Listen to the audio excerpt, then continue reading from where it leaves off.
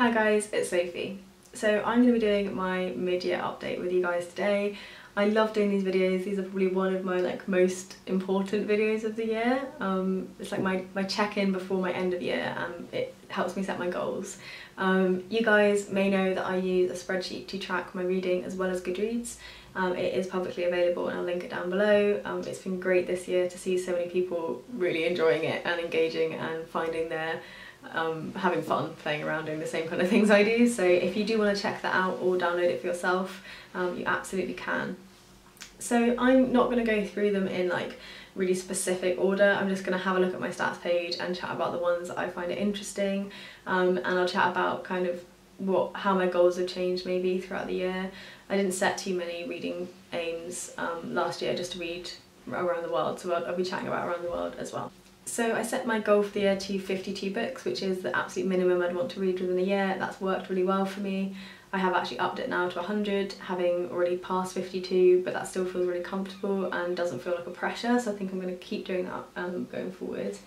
My TBR when I started the year was 76 books, and supposedly it's 61 now, which is not good. It means I've bought quite a lot of books this year, but I'm kind of okay with it. I think I'm going to read most of the books I own by year end, maybe 30 or so to carry over, but we'll see. I don't think it's overbearing, and I'm not entirely sure that figure's right. I feel like it may actually be less than that. My average star rating for the last 6 months is 3.3 stars, which is about right. I always average out at the end of the year to get it at as close to 3 as I can, so I feel as though I'm being as critical as I need to be with the ones I don't like, and my 5 stars really mean something to me. And then one that I've started tracking on the main page that was a bit anxiety inducing to begin with, but I quite like it, is how much I'm spending on books throughout the year, and this is the one that when people download it, they're the most I'm not sure I want to know about it, but I really enjoy it.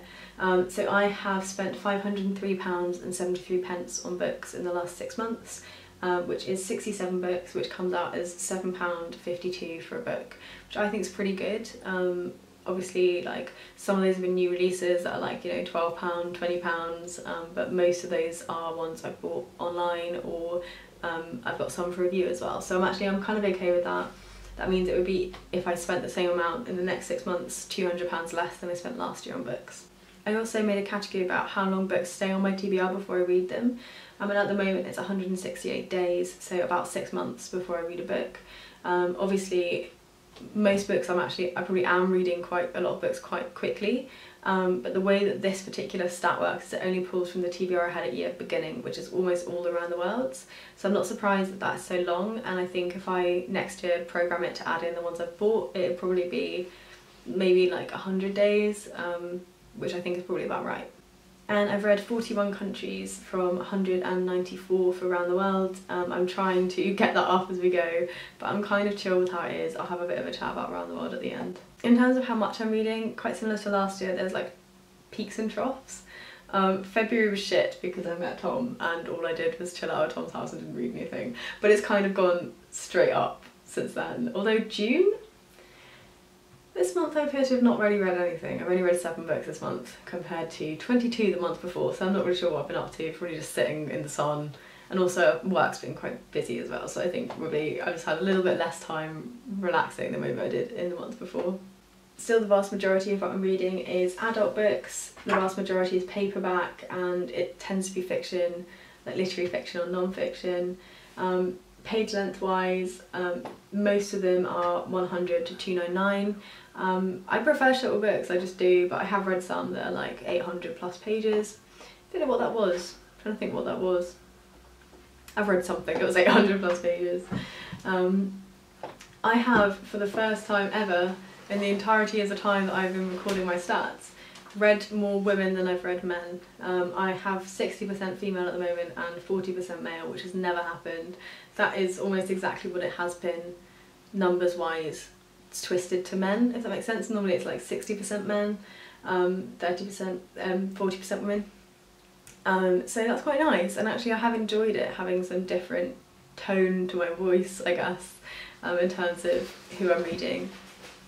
And I think I might try and try and just let that happen. I might not try and fix that like I normally would, because of the fact I've had such a skew the last 3 years. I kind of feel as though it kind of feels fair that I'm getting a bit more female voices in there.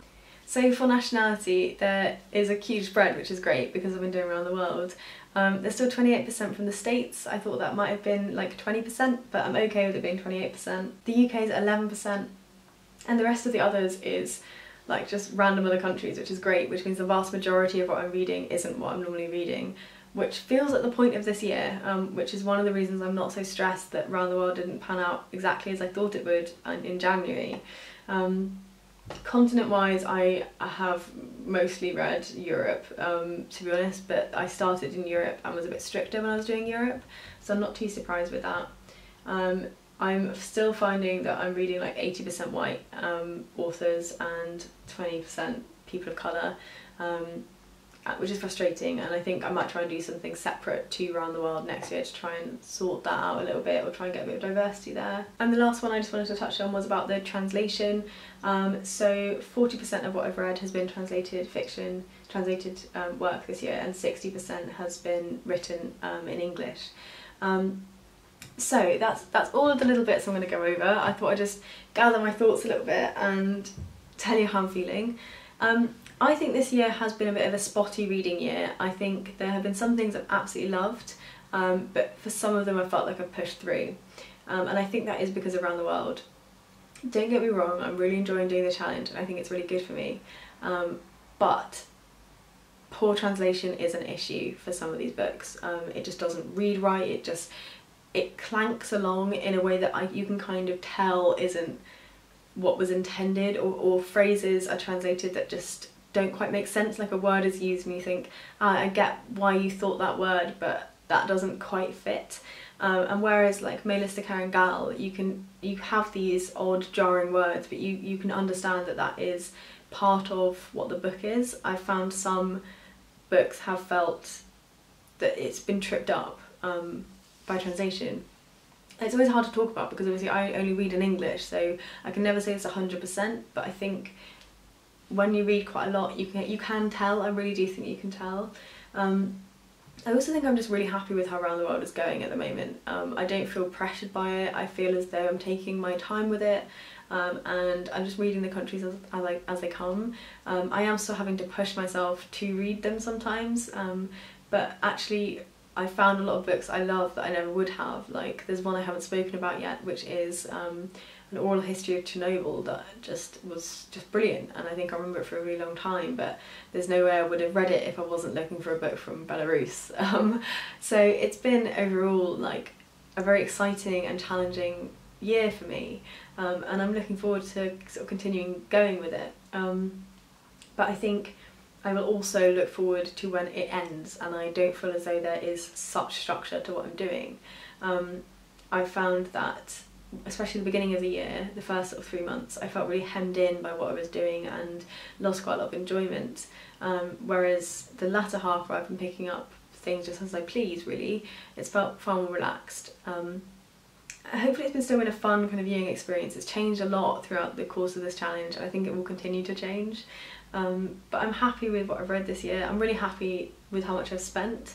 I feel like that is quite a reasonable amount for 6 months, so it's less than it's like 80 quid a month basically, as she says, I think, which feels like a kind of sustainable amount to be spending, and I plan on trying to keep asking for review copies and actually accessing that as a resource, which I've sometimes felt a bit nervous to do.